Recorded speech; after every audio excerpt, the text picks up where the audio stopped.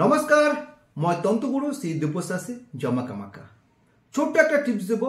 আপনার লড়া হোক ছোৱালী হোক বা পড়াশোনার ক্ষেত্রে কোনো পড়াশোনার ক্ষেত্রে আপনার ইন্টারেস্ট নাই, এলাভাব আহি আছে, বহুত ফাঁকি দিয়ে আছে, বহুত চঞ্চল হয়ে আছে, পড়াশোনা নকরে, আপনার কথা নুশুনে, এই ক্রিয়া করার পিছত আপনার লড়া ছোৱালী আপনাৰ কথা শুনিব।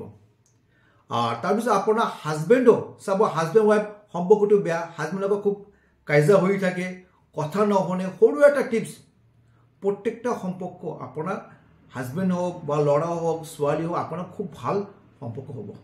তো সৰু এটা টিপস ক'ব, এইটো শুক্ৰবাৰ কৰিব, ৰাতি 10টাৰ পৰা 12টাৰ কামটো কৰিব। শুক্ৰবাৰ ৰাতি প্ৰথম 7 পিচ ফ্ৰেছ তেজপাত ল'ব, তাতে আপোনাৰ আগত যাক কৰিব তাৰ নাম লিখিব, তলত আপোনাৰ নাম লিখিব, পিছফালে আপোনাৰ সঠিক চিন আঁকিব, আপনার রঙালী দিয়ে লিখিব।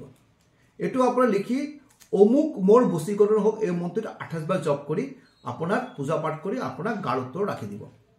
নেক্সট ডে শনিবার এই 7টা পাতা পুরি চাই করব, যাক বশীকরণ করেছে অলপ অলপ করে 7 দিন হ্যাক করব।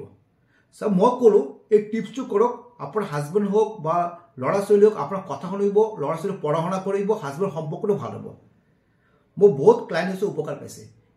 যদি মোৰ ভিডিও ভাল লাগে লাইক এন্ড শেয়াৰ কৰিব।